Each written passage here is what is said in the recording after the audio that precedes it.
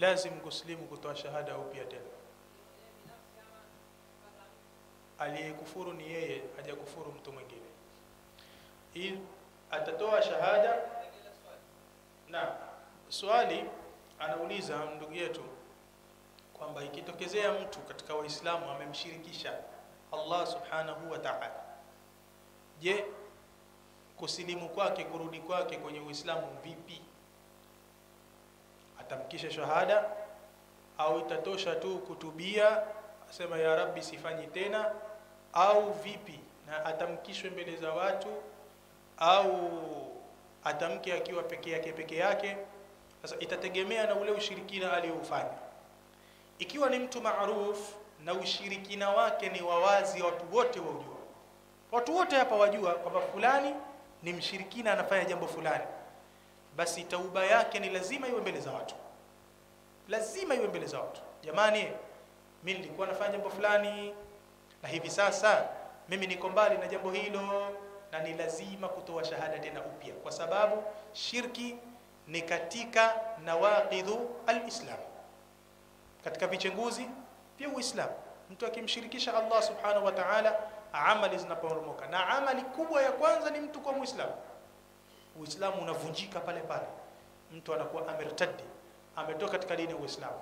Na ndiyo maana akiambiwa rudi katika Uislamu kwa mara 3 katika dola ya Kiislamu, akikataa hukumu yake ni kwenda, anaenda. Kwa hivyo atatakiwa kutamka shahada. Ikiwa ushirikina aliyoufanya ni ushirikina wa siri, ametoka mwenyewe huko, ameenda Pemba huko, kenda kufanya ushirikina wake, mfano yani, au mtu katoka Pemba huko kaja huko, kaambwa nenda si huko, utakutana na watu hivi, akafanya ushirikina wake, lakini watu hawajui, ni yeye ajijua. Sasa ashasikiza darsa, ashasikia kwamba ushirikina ni hatari, huyu haifai kujileta mbele za watu kujifedhehesha, wakati Allah alimsitiri kwenye huo ushirikina wake.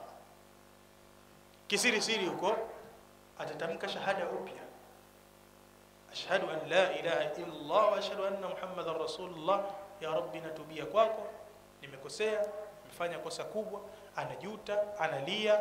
Hapa atakuwa amerudi kuwa katika Waislamu wazuri kabisa kabisa. Kwa hivyo jambo la shirki linamtoa mtu katika Uislamu moja kwa moja. Naam.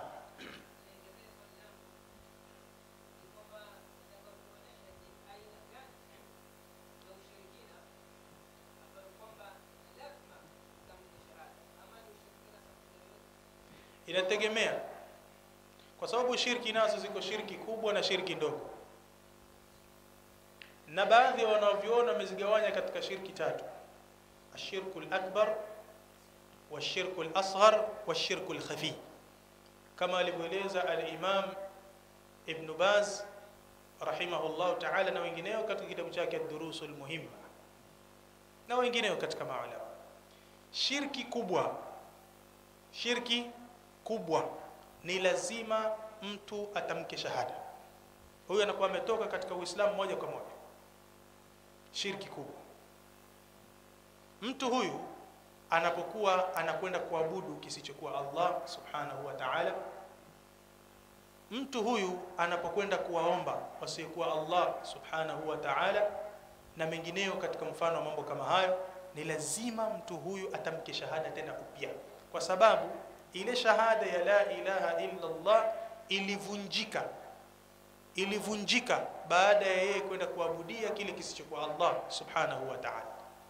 Ama haya mambo mengine yaliyoitwa shirki ndogo au shirki iliyojificha, ukafiri mdogo au ukafiri uliojificha, katika mambo yako katika Uislamu yaliyoitwa hivyo, ambayo hayajafikisha katika shirki. Kwa mfano, hajafikisha katika shirki kubwa. Kwa mfano, Mtume sallallahu alayhi wasallam anasema, man halafa li ghairi llahi faqad ashraka, mtu atakayeapa kwa kutaja jina la mwingine asiyekuwa Allah, huyu mtu amefanyaje?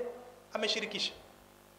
Haya ni katika mambo yanayoitwa shirki ndogo, ambayo haijafikia katika zile shirki kubwa za kumtoa mtu katika Uislamu. Fahuna yakfi at-tauba, huku itatosha tu mtu kutubia bila ya kutamka shahada. Lakini ikifikia pahala mtu anakwenda kuomba maiti, anakwenda kuabudu mizimu, anakwenda kabisa na anaitakidi kabisa kwenye yale mambo, hapa huyu tayari amekwisha kuitengua ile la ilaha, hakuna muabudiwa wa haki illa Allah, yeye kashakwenda kuabudia chengine. Fahuna yani lazim mtu adhihirishe shahada. Naam. Alaykum salaam.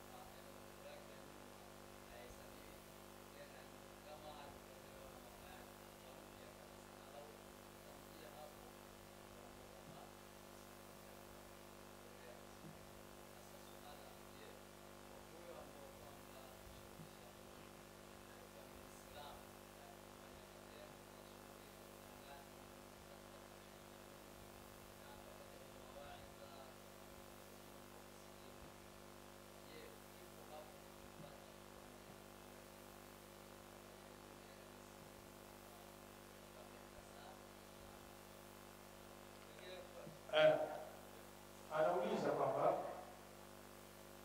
mtu imetokezea amefanya ushirikina. Tunaelewa ya kwamba mtu asiyekuwa Muislamu akisilimu huwa anakuwa kana kwamba aliyezaliwa upya, na ikitokezea pale pale akafariki, maana yake anafariki hajawahi kufanya dhambi, bali yeye anafariki na wema. Wema wa kwanza mkubwa ni kule kutamka shahada. Kwa hiyo yeye anafariki na la ilaha illa Allah na imani na moyo uliokuwa msafi, hauna ushirikina, akafariki. Sasa tunamjadili huyu ambaye alikuwa Muislamu akaritadi kwa sababu ya ushirikina. Sasa na yeye akifanya kurudi katika Uislamu kisha ikatokezea akafa, je, na yeye atakuwa katika hali kama ile? Ni sawa? Ndio swali. Aljawabu naam, kwa sababu huyu mtu alipokuwa Muislamu akafanya ule ushirikina ule ukapelekea zile amali zake njema zote zikaporomoka. Vivyo hivyo akatoka katika Uislamu. Vivyo hivyo mtu akitubia kuacha ushirikina akaingia katika Uislamu, Allah subhanahu wa ta'ala anafuta yale yote yaliyopita kabla ya hapo. Kwa hivyo ikiwa Allah tabarak wa ta'ala amemfutia kosa la ule ushirikina wake, lipi jingine zito Allah tabarak wa ta'ala asifute? At-taubatu tajubu ma qablaha, tauba inakuwa inafuta yale yaliyopita kabla yake hapo. Fa intabu wa aqamu as-salata wa atu az-zakata fa ikhwanukum fi din.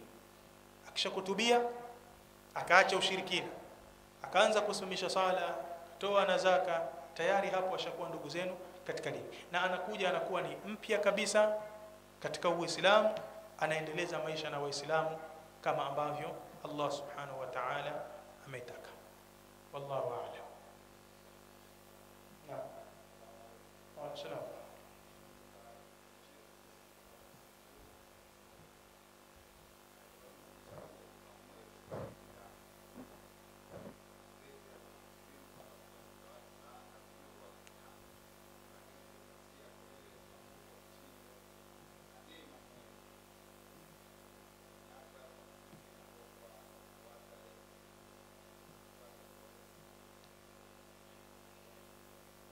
Kwa ufupi swali lake anauliza, katika eneo letu imamu wetu msikiti ajulikana ni mganga.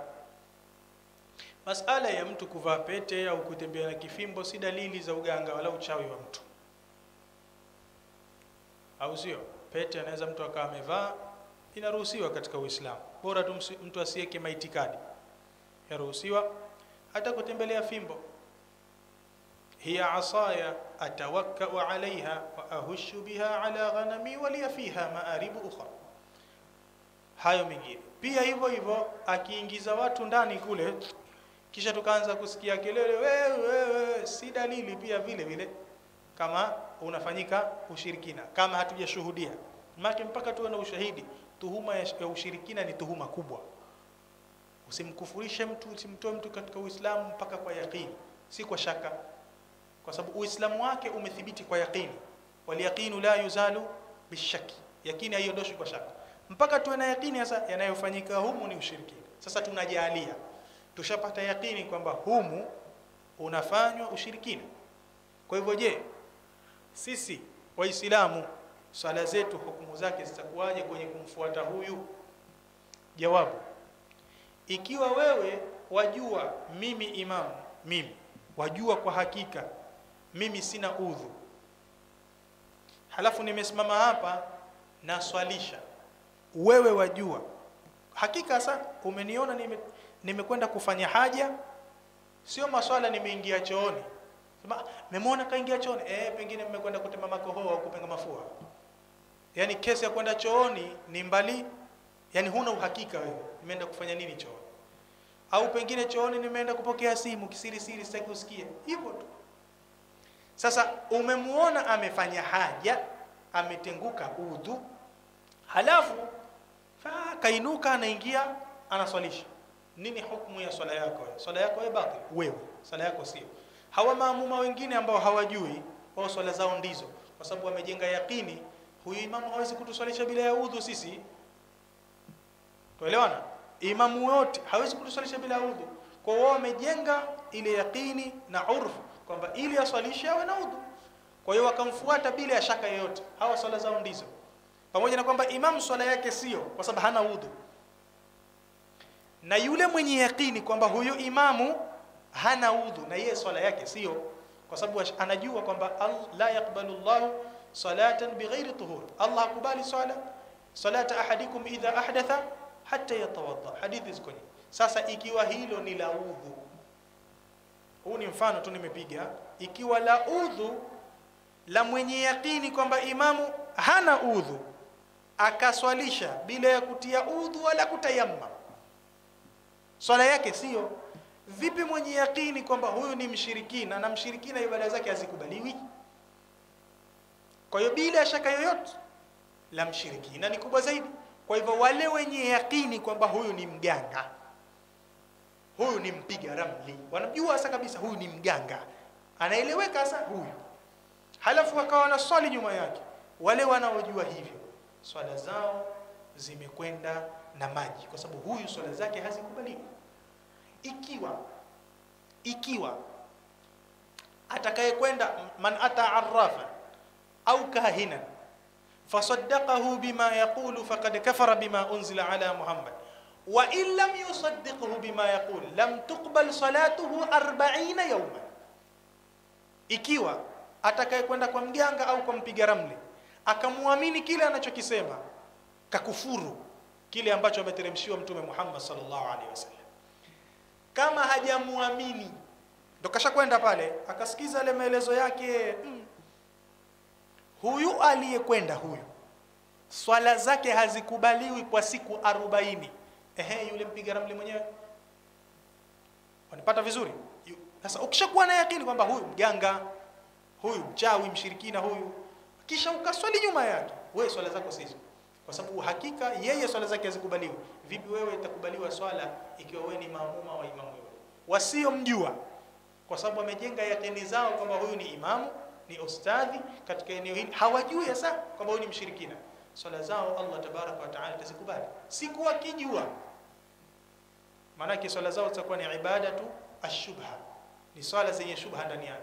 Na jambo lolote lenye hukumu ya shubha itathibiti hukumu siku mtu utakapomtokea ule utata, ile shubha ikiondoka, ashajua kwamba kumbe hivi, kuanzia pale ndio swala hazifanyeje, hazikubaliwi. Lakini kama mtu hajui, Allah tabaraka wa taala hamwadhibu mtu ikiwa hajui.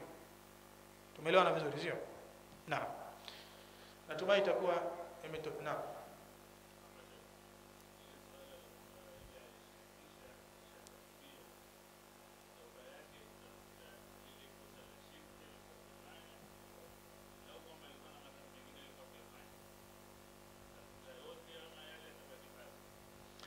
Naam, swali zuri sana alilouliza ustadi. Mtu akitubia alikuwa mshirikina, ile tauba yake aliyotubia itafuta madhambi yote au itafuta lile kosa la ushirikina? Madhambi makubwa yote sharti yake yatubiwe kwa toba yenye kujitegemea. Huyu ilikuwa kosa lake ni dhambi la ushirikina, lile dhambi alilokuwa nalo na akatoka katika Uislamu kwa dhambi ile, kwa maana hiyo bila shaka toba inafuta yale yaliyopita nyuma. Katubia kwa dhambi ya ushirikina, Allah subhanahu wa ta'ala anamsamehe kwa dhambi ya ushirikina. Lakini sasa huyu alikuwa ni mlevi, alikuwa ni mzinifu kabla ya ule ushirikina wake. Hii kesi nyingine mbali ya madhambi makubwa. Lakini tumesema kwamba akisha kutubia ile dhambi akatoa shahada, anaingia katika Uislamu akiwa ni msafi, ile dhambi ya ushirikina haipo tena. Lakini madhambi mengine moja baada ya moja katika madhambi makubwa, kama qala al-Imam Ibn al-Qayyim wa kathirun min al-ulama, kaba'ir adh-dhunub la budda laha min tawbatin khassa. Madhambi makubwa yote hapana budi yawe na toba yenye kujitegemea. Wala mtu haitoshi kukaa msikitini akasema ya Rabbi nisamehe madhambi yangu yote yaliyotangulia. Madhambi makubwa ni mtu kumention moja baada ya moja. Mimi nimefanya uzinifu, analililia lile na anafanya tajdidi ya toba yake kwenye dhambi ile. Mimi nimefanya hivi hivyo. Natumai itakuwa makusudia hivyo, sio? Naam.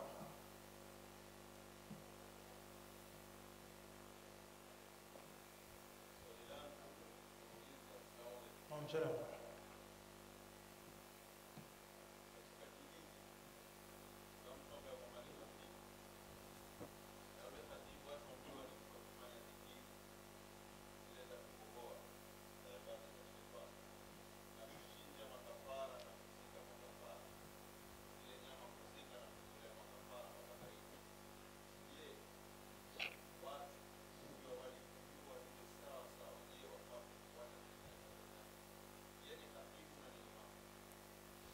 Tayeb, miongoni mwa aina za ushirikina mkubwa ni adhabhu. Auliza swali kwenye kijiji, kuna imam, kuna khatibu ambaye ajulikana wazi kufanya makafara, kuchinjia mashaitani, kuchinjia makaburi, uzika nyama, ufanya hivi. Tayeb, watu kumfuata huyo vipi? Kwanza khatibu huyu jumaa zake, yani ibada hakuna mshiriki. Kwa nini? Kwa sababu katika aina za shirki kubwa ni adhabhu li ghairi Allah wanadhru li ghairi Allah, mtu kuchinja kwa mwingine asiyekuwa Allah au kuweka nadhiri kwa mwingine asiyekuwa Allah, kwenye makaburi, kwenye mizimu, kwenye mashaitani hivyo. Sasa ikiwa huyu tayari ni mshirikina wa shirki kubwa, tunarudi pale Ijumaa zake haziwezi kusihi, sababu hii ni fardhi. Kadhalika swala zake haziwezi kusihi kabisa kama watu wanajua. Maana kuna kipengele cha watu kuwa hawajui, wamezaliwa hivyo, wanaona hivyo, hiyo ni kesi nyingine mbali. Lakini watu wakisha kupata ilmu wakabainikiwa na mambo, Allah subhanahu wa ta'ala hawezi kuwapa udhuru baada ya kuwa na ilmu juu ya jambo. Lakini katika aina za shirki kubwa ni adhabhu li ghairi Allah na an-nadhru li ghairi Allah, mtu kuchinja kwa mwingine asiyekuwa Allah, kadhalika kuweka nadhiri kwa mwingine asiyekuwa Allah subhanahu wa ta'ala.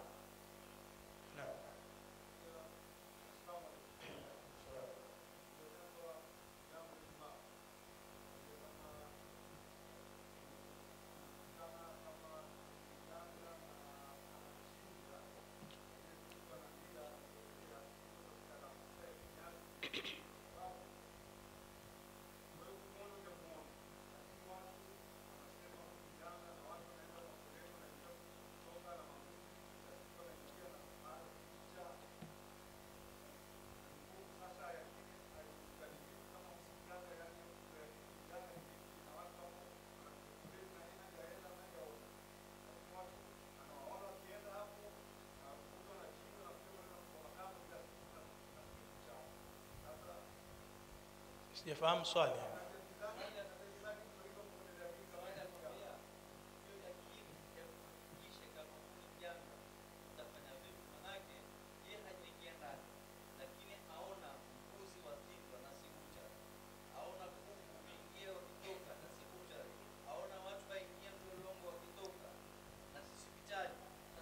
Vipi itathibiti yaqini? Tayeb, vipi itathibiti yaqini kwamba huyu ni mganga? Tuelewana vizuri hapo eh? Tayeb, yaqini itathibiti kwa mambo mawili tu, imma bil mushahada, kwa wewe kushuhudia moja, au bi shahadati adli, kwa kutoa ushahidi mtu muadilifu, injaakum fasiqun binaba'in fatabayyan. Ndio maana hata kwenye makosa makubwa yote, ima tuone au waje watu wanne, mathalan kwenye uzinifu, hatuwezi tukusema nimewafuma kichakani bwana, kakaa naye bwana, kisha nikawa nasikia zile sauti za kule nazisikia mimi. Wewe umesikia tu, hujaona. Watu hivyo wanaweza wakaigiza tu hizo sauti.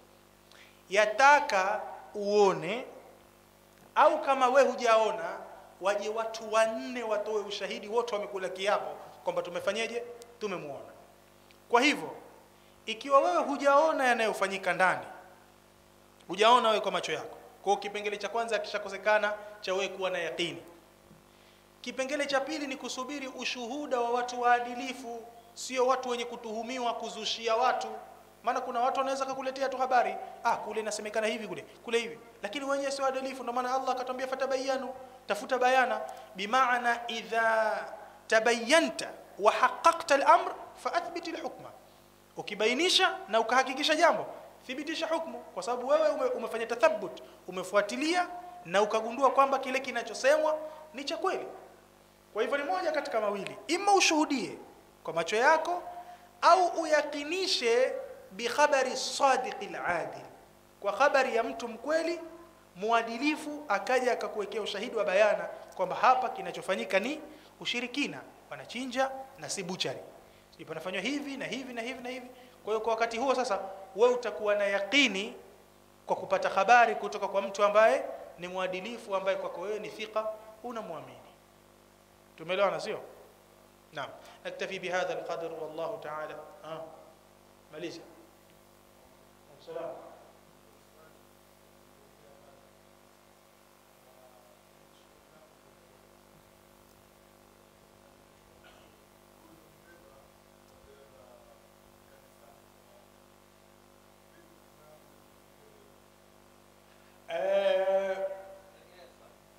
Anauliza yeye kazi yake ni bodaboda. Bodaboda huyu anabeba watu tofauti, na miongoni mwa hao anambeba mtu na anajua sasa kwamba huyu anakwenda kanisani. Sasa vipi hukumu yake, ambebe asimbebe? Itategemea. Hukumu ya asli haifai kumbeba, wa taawanu ala albirri wattaqwa wala taawanu ala alithmi. Kama hujambeba kwa bodaboda, akipima ile masafa, mimi siwezi kwenda kwa mguu, ataenda kulala nyumbani. Hamna bodaboda, hawezi kutoka Mtangawanda akaenda zake Rasini kwa miguu hata siku moja, atasema mimi nalala.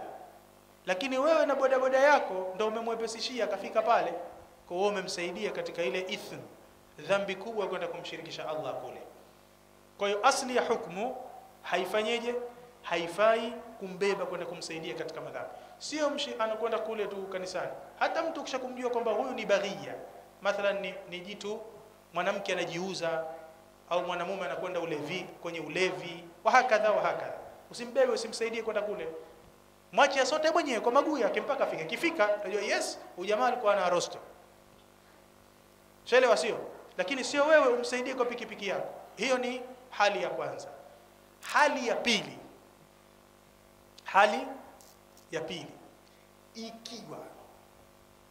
ikiwa hakuna njia yoyote ya wewe kupata riziki na kuna haja na dharura kubwa, ukiikosa wewe riziki ile, huku anaweza akafa mtu na hakuna njia nyingine yoyote. Mathalan una mgonjwa tayari, huku unahitajika wewe upate shilingi 1000 ili ukamsaidie hospitalini. Kuikosa kwako 1000 ile aweza kupoteza mtu roho huku, na ushajaribu na ushayakinisha kwamba sina hata pa kwenda kuazima nikaje nikarudisha baada ya wiki. Maana lazima ufanye njia hizo. Ikiwa ni kutayamam tu, hakuna maji mpaka uhakikishe kweli umeenda kwa kuzunguka, itakuwa kumbeba mshirikina. Hakuna maji, nataka kuswali, tayamam, lakini sio ovyo tu.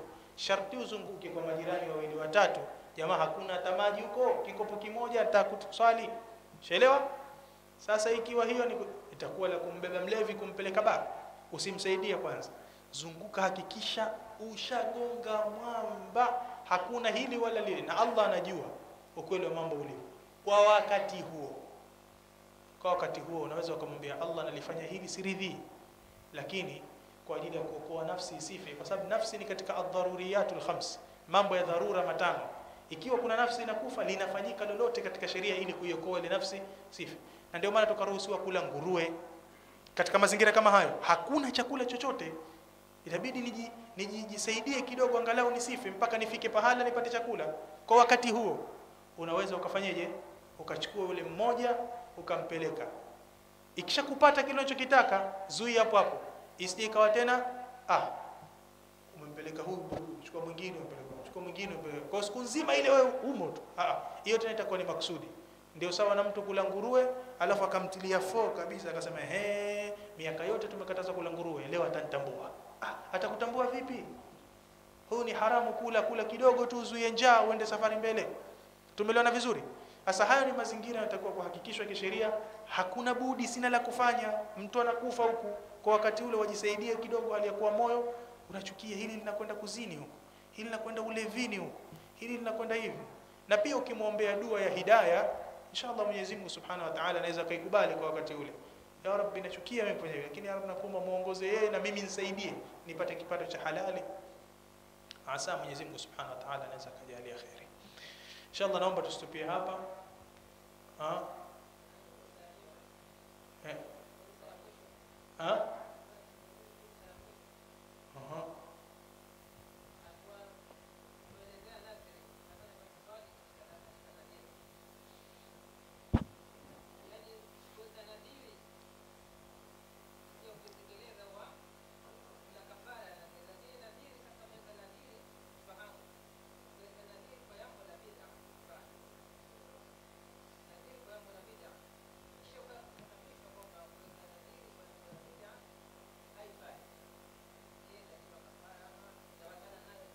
Utawatana nalo tu. Mtume sallallahu alaihi wasallam anasema, auliza swali, kuweka nadhiri katika jambo la maasi sio bid'a. Weka maasi yoyote humo, utaingia bid'a, itaingia hivi, itaingia hivi. Tumeelewana vizuri? Mtu akiweka nadhiri katika jambo kama hilo la maasi, atafanyeje? Atalitekeleza au atafanya kafara yake? Hakuna kafara wala hakuna kutekeleza. Mtu akiweka nadhiri kwa mujibu wa hadithi ya Mtume sallallahu alaihi wasallam, Mtume sasa anasema atakayeweka nadhiri kwenye jambo la kumtii Allah, basi aitimize ile nadhiri yake, na atakayeweka nadhiri katika jambo la kumuasi Allah Subhanahu wa Ta'ala fala ya'sillah, asimaasi Allah Subhanahu wa Ta'ala, achana nalo lile jambo. Kwa hiyo pale ni kubakia ni kuleta istighfar kwa kule kutia nia ya kufanya lile jambo la maasi, lakini hukulifanya, unafunja ile jambo kwa kufanya istighfar na kutubia kwa Allah Subhanahu wa Ta'ala, imeisha. Umeelewa? Subhanakallahumma bihamdik.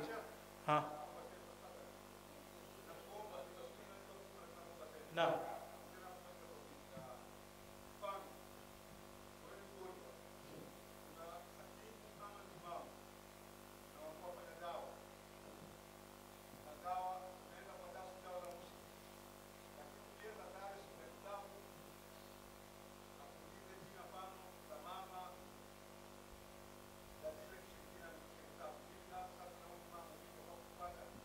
Imam